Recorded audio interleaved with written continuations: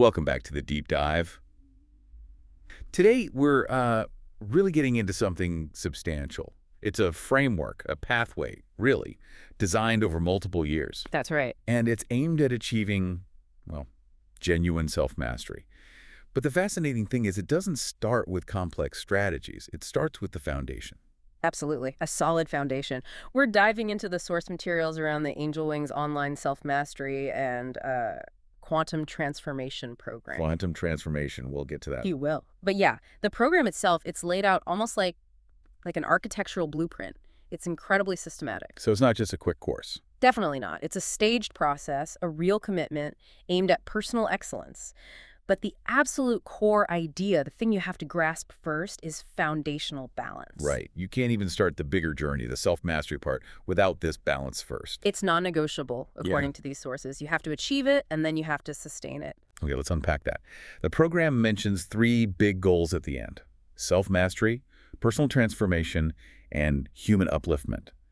They sound big. They are big, and they're interlinked. Let's take the first one, self-mastery. The sources define it very clearly.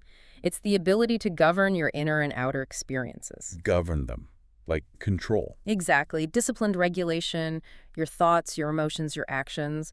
It's about gaining tremendous perspective and, control, choosing your response. That sounds intense, like internal engineering almost, not just noticing flaws, but actually being able to override them. That's a good way to put it. And that capacity directly enables the second pillar, personal transformation. Which is the actual change. Right. It's consciously applying that mastery. It's about deliberately changing those deep-seated beliefs, those thought patterns, those habits, all to foster real self-improvement and growth. Transformation is the visible outcome of self-mastery. Got it. Master the inner world, then change the outer actions and results. Precisely. And then the third aim, human upliftment, that's where it broadens out. How does that connect? It seems like the first two are very inward-focused. Well, the idea is that it's a ripple effect. As you achieve self-mastery and undergo personal transformation, you naturally uplift yourself, right? Sure. But the argument is that this internal growth inevitably creates a positive effect on your loved ones, your family, your community. Okay. So individual growth isn't just individual. Exactly. Human upliftment is presented as collective betterment, improving life for everyone through the positive changes driven by enlightened individuals. It frames self-improvement as a kind of social responsibility. Your highest duty is perfecting yourself so you can lift others. That's quite a vision. It is a grand vision, but what really strikes you in the materials is the structure, the sheer rigor of it. Yeah, you mentioned it's not a weekend thing. It's a multi-year roadmap, 7 stages. 7 stages, laid out very clearly. It demands patience, dedication, and today we're focusing squarely on stage 1. Where does that fit? It's the absolute beginning, right? The absolute ground floor. Stage 1, year 1, is called the foundational level. And the mission for that entire first year is just one thing: achieve balance across 12 dimensions of life. Just one thing. But it sounds like a massive thing. It is, and nothing else matters programmatically until that foundation is secure. And even if you do achieve balance in year 1, you don't jump straight into self-mastery. Correct. And this is critical. It shows the program's seriousness. Stage 2, year 2, is the sustained balance level. So it's the gains balance. An entire year dedicated just to stabilizing that equilibrium you achieved in year 1. Because, finding balance is one thing. Keeping it when life throws curveballs at you is another. Exactly. Real-world variability, turbulence. You have to prove the foundation is solid, that it holds up under pressure.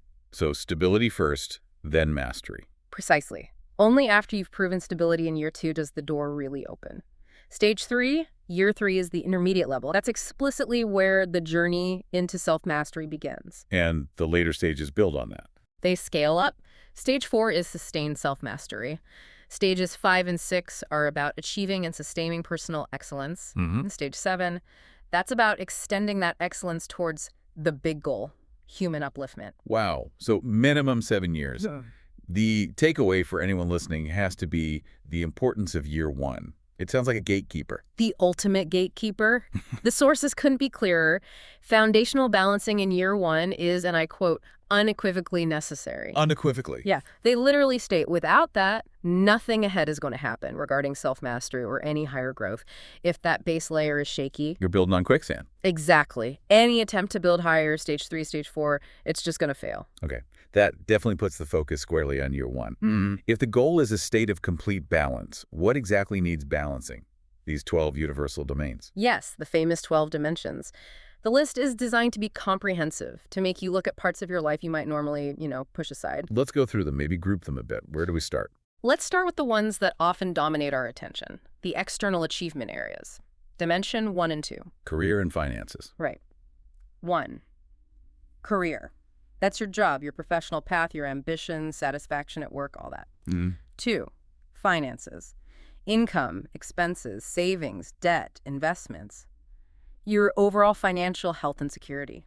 Okay, those are the big ones for many people. Yep. Easy to measure, easy to obsess over. And that's often the problem, right? The program suggests hyper-focusing there is exactly what creates imbalance. Which brings us to the next group, the personal infrastructure. Yeah, the engines, as I think of them. 3, physical health, fitness, nutrition, sleep, energy levels, just the basic well-being of your body. Crucial. And 4, mental health, your psychological state, stress, resilience, emotional regulation, how you feel inside your head. We'll definitely circle back to those two. The sources give them special weight, you said. They do, predominantly important, but let's continue. Next group is about connections and internal values. 5, family and relationships, quality of connections with family, friends, partners, your support network. The people dimension. Yes. Then 6, social life. This is broader. Your social interactions, community involvement, participating in activities, feeling connected to the world beyond close ties. So different from just family. A bit different, yeah. More about your integration.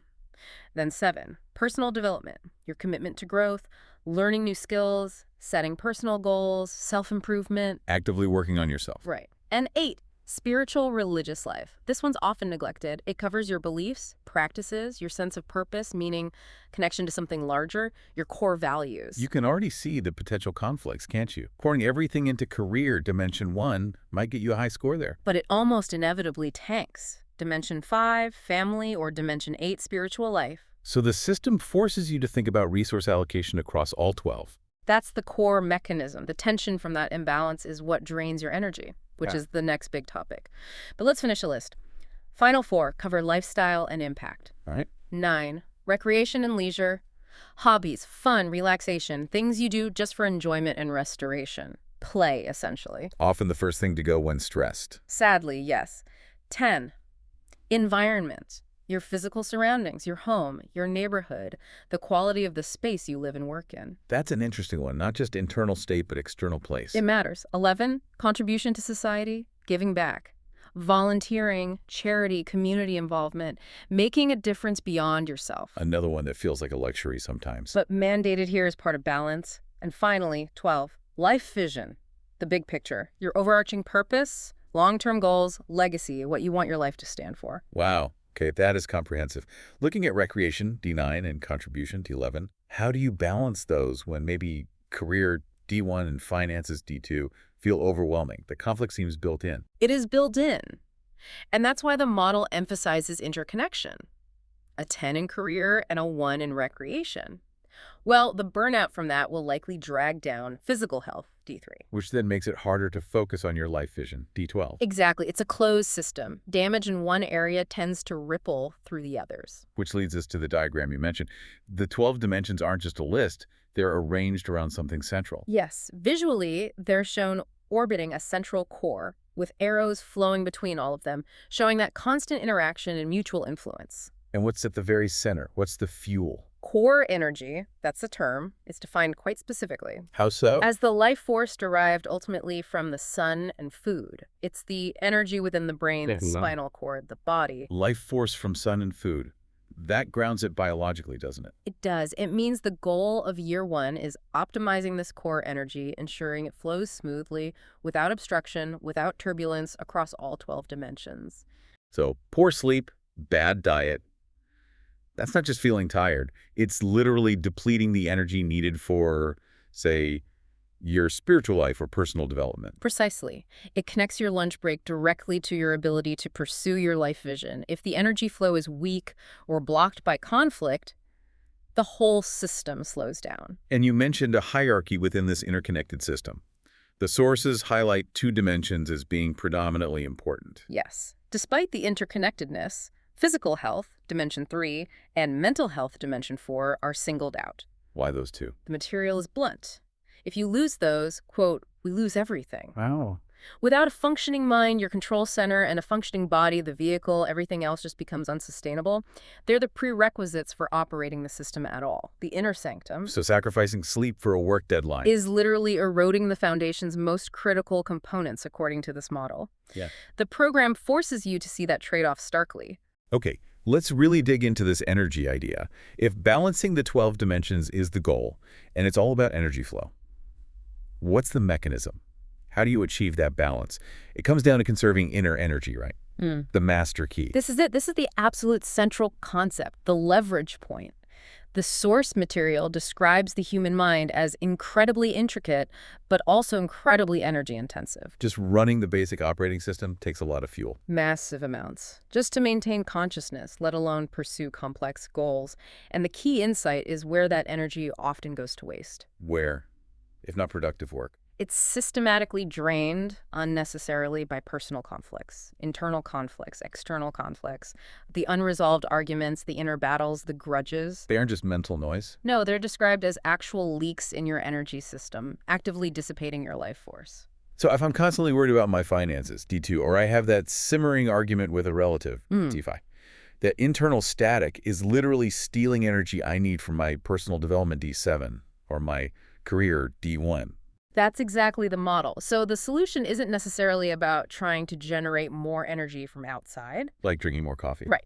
The primary solution is taking systematic, disciplined steps to reduce and ultimately eliminate the unnecessary dissipation of your existing inner energy, plugging the leaks. How do you do that? The result is described as an extraordinary revitalization and conservation of life force. You stop wasting it. So the power isn't created, it's unlocked by stopping the waste. Yeah. That's a different way of thinking. It is, and the claim is that this revitalized, conserved energy then naturally permeates every aspect of your life, all 12 dimensions, smoothly, without disturbance. It's creating a solid foundation. A powerful foundation upon which, the sources say, limitless possibilities become available and realizable. It's about efficiency, not just effort. Okay, if conflict drains energy, we need to know the specific culprits. The sources list 6 negative feelings described as major energy thieves. Yes, they're very specific. The 6 big energy consumers are worry, tension, fear, guilt, shame, and doubt. Worry and tension seem obvious. Worrying about work, D1. Feeling tense about money, D2. Sure, but think about the others. Guilt, huge drain, often tied to family and relationships, D5, or maybe contribution, D11. Feeling guilty you're not doing enough for your kids, or not volunteering. It's like a constant background hum draining power. Right. And shame. Shame over past failures, maybe in personal development, D7, or finances, D2, can paralyze you, prevent you from taking new action. And doubt. Doubt stops you from committing to your life vision, D12, or makes you second-guess every move in your career. These 6 feelings, when active, basically put up roadblocks on all those energy flow arrows in the diagram. Which is why energy conservation is framed as the master key. Why is that metaphor so important? Why one key instead of, say, 10,000 separate solutions? Well, think about it. If you try to fix each dimension separately, you create massive complexity. You read 10 books on career strategy, 10 on investing, 10 on relationships. You end up with hundreds of rules, thousands of little tactics. Exactly. 10,000 separate problems, each needing its own little key. But this model argues the root cause of the struggle in many of those dimensions is often the same thing. Energy being wasted by internal conflict, by worry, guilt, fear. So by targeting the meta problem, the energy dissipation, you gain leverage across the board. That's the idea. Address the energy leaks, and you unlock the potential in all 12 dimensions more effectively. When you minimize worry, tension, guilt, you suddenly have more energy available to stabilize finances, improve health, pursue your vision. It bypasses the need for 10,000 keys. It's the core leverage point. Okay, that makes sense. The theory is clear. 12 dimensions, core energy, conservation as the key. How does the program immediately put this into action? Week 1 sounds intense. It moves immediately from concept to, well, work. Real documented work. It demands measurement and radical honesty from the get-go. Starting with the 12-dimension self-assessment and workbook #2, quantifying your reality. Exactly. The instructions stress sincerity, candor, truthfulness. You have to give yourself a rating, 0 to 10 for each of the 12 dimensions. 0 being worst, 10 being perfect, most optimal. Right. Reflecting your condition right now, today, and they emphasize that 10 is basically nothing more to achieve here, which makes it almost unreachable for most people in a balanced way. It's humbling. And decimals are allowed, like 6.5. Yes. Decimals are encouraged. It forces you to be specific. Is your mental health a 6 or a 6.8? That radical honesty is key. Lying to the assessment is just lying to yourself, and the foundation won't hold. The rating basically quantifies the current energy drain in that dimension. I can see how confronting that would be. Assigning yourself, say, a 2.5 for family and relationships, acknowledging the reality of it. That discomfort is part of the process. It's the friction needed for change. But it doesn't stop at the rating. There's an action plan component. For every single dimension, regardless of the score, you have to draft one practical sentence covering two things. A, how you plan to increase the rating, and B, how you plan to prevent it from decreasing. So it's not just critique, it's immediate stewardship, forward movement and protection.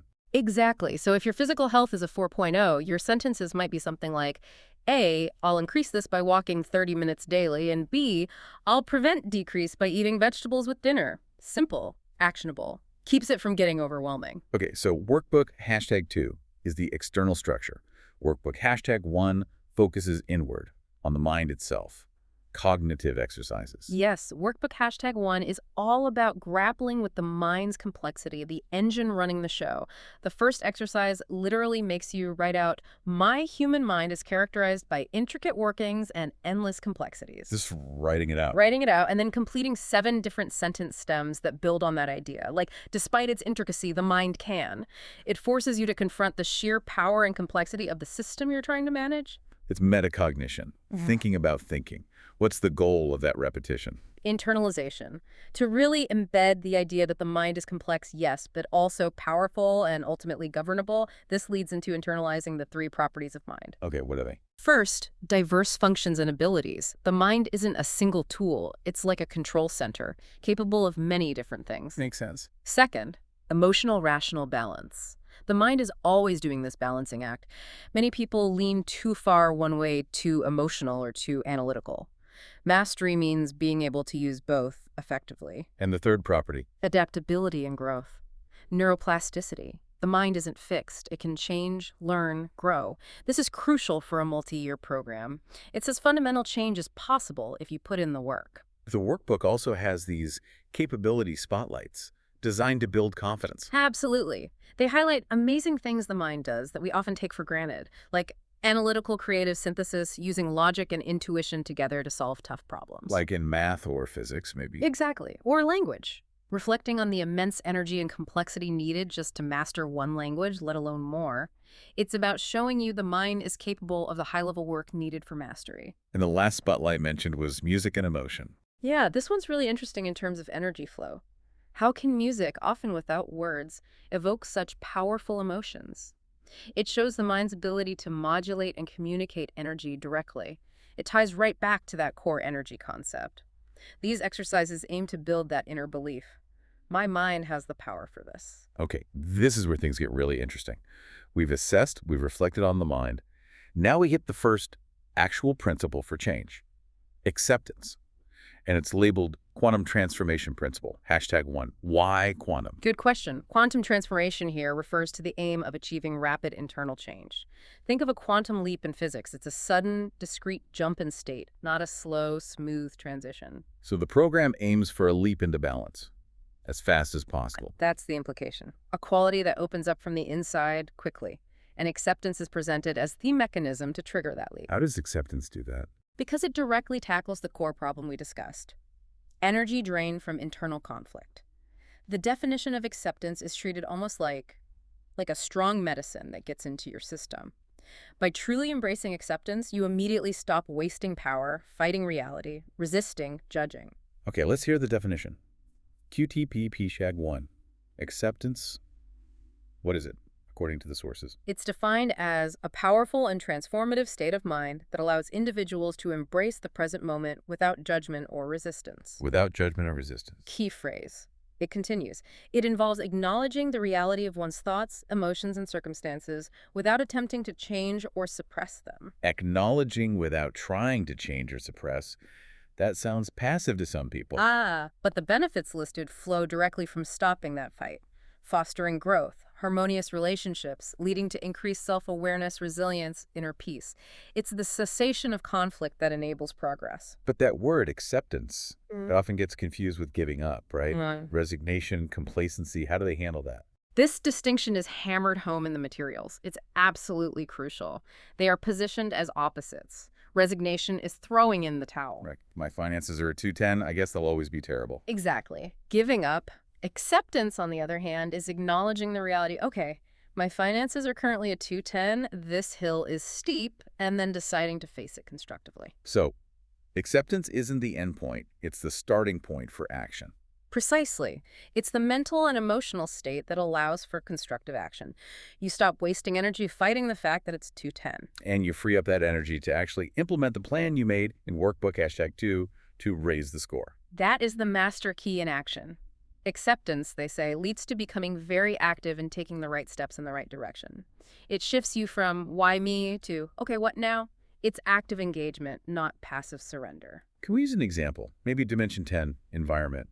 Someone's home is cluttered, stressful. Okay. Resignation sounds like, my house is always a disaster, I'm just a messy person, nothing I can do. That self-judgment creates guilt, tension energy drains. Right. Acceptance sounds like, okay, acknowledging the truth. My environment right now is cluttered and it is draining my energy. Period. No judgment, no blame, just accepting the reality. And that acceptance. It stops the internal fight about the mess, which immediately frees up a little bit of that core energy, maybe just enough to start the action plan, like clearing one small corner. It uses inner peace to fuel outer action. So acceptance is fundamental for emotional regulation. While you're trying to balance all these potentially stressful dimensions, without it, every low score just drains more energy. It's positioned as the single biggest energy conservation tool right at the start. And because it's so vital, the implementation is highly structured, the weekly micro protocol. Right, this sounds intense, not just reading about it. No, absolute compliance is expected. You have to physically write the entire detailed definition of acceptance on a 3x5 card. Write it out by hand. Yes, that tactile act helps anchor it. Then the assignment. Read that full paragraph 3 times every day, before breakfast, before lunch, before dinner, all week long. 3 times a day, every day. Why so prescriptive? The goal is implantation, to move it from an intellectual concept into your subconscious operating system, so that when conflict arises, worry about money, frustration with work, your default response starts shifting towards acceptance before action, cutting off the energy drain at the source. Turning it from an idea into a reflex. Exactly, a foundational reality for minimizing resistance. Okay, so we have the core cognitive work, the 12D assessment, and the powerful principle of acceptance being drilled in. But week 1 also introduces other supportive practices. Yes, 2 key complementary practices aimed at supporting energy stewardship from different angles. The first one sounds intriguing. Energy stewardship and vitamin M, treating money differently. This completely reframes Dimension 2, finances. Money is explicitly called condensed neutral energy vitamin M. And crucially, it's stated to be identical in nature to your internal core energy. Identical, so money isn't good or bad, it's just energy. Precisely. It strips away the usual baggage, greed, fear, scarcity mindset. It's just a tool, a form of energy. So if it's energy, how should you use it wisely? Like a vitamin. Yes, use it to energize all 12 dimensions, but critically, without degrading your core internal energy in the process. How would money degrade your energy? Through those dissipators again, spending that leads to regret or guilt, investing driven by fear, hoarding driven by tension or stinginess. Wise allocation means using money intentionally to support areas needing growth, maybe paying for a course for personal development, D7, or buying something to improve your environment, D10. And there's a practical protocol for this too. Involving an envelope? A very practical one. Each week, you put a set amount, the suggestion is $10 to $100, whatever feels appropriate, into a dedicated physical envelope. And you don't spend it right away. No, that's key. You save it up. This pool of vitamin M is reserved for intentional deployment only in week 12 of the initial program phase. Week 12. Why the wait? Two reasons, it seems. One, it teaches patience, planning, resisting impulse. Two, by week 12, you'll have a much clearer, more honest picture from your assessments and action plans about which dimensions genuinely need that external energy boost. It forces intentionality. Money becomes a resource for balanced growth. Got it. And the second supportive practice, somatic hygiene. Movement. Yes, this connects directly back to core energy and physical health, D3. It recognizes that if the body gets stagnant, the energy flow becomes sluggish. This impacts mental clarity, D4, focus, everything. So the recommendation is just move more. Specifically, to integrate short movement breaks into periods of sitting, standing up, doing simple stretches, mobility exercises, How often? roughly every 30 to 60 minutes. It might sound frequent, but it's framed as essential. Why? What does it do? Refreshes attention, breaks mental inertia, keeps the physiological energy flowing through the body and spine. It ensures the physical vessel stays optimized for the demanding mental and emotional work of balancing the dimensions. It's basic maintenance for that predominantly important physical health dimension. Okay, so we've covered a lot. Year one is about building this incredibly solid, balanced foundation across 12 dimensions, Driven by conserving core energy, measured by that honest self-assessment, kicked off by the quantum leap of acceptance. and supported by practices like vitamin M stewardship and basic movement. It really demands a complete overhaul of how you view your life, your energy, your resources, your mind. Radical honesty and active stewardship are woven throughout. Which brings us perfectly to our final provocative thought. It leaps back to that diagram, the 12 dimensions, all interconnected. Right. You rate them individually, 0 to 10. But the arrows show they all affect each other. One weak link. Can compromise the whole system. This is where the idea of complete balance gets really demanding. It's not just about averaging out scores. Let's paint that picture for the listener. Imagine you've worked incredibly hard. You've got 8s and 9s in 11 dimensions. Career's great, relationships are solid, spiritual life feels connected. A huge achievement. But maybe because of something chronic or an accident, your physical health, D3, is stuck at a 2, just one dimension lagging badly. The implication from the sources is stark. If any one dimension is severely damaged, that damage will inevitably ripple out and negatively impact all 12. That, too, in physical health, introduces constant worry, tension, limitations. It restricts the energy flow needed to maintain those 9s elsewhere. Your career might suffer because you physically can't keep up. Your relationships might strain. Exactly. The integrity of the whole structure is undermined. So, true, sustainable balance isn't defined by the highest scores. It's defined by the stability of the lowest score.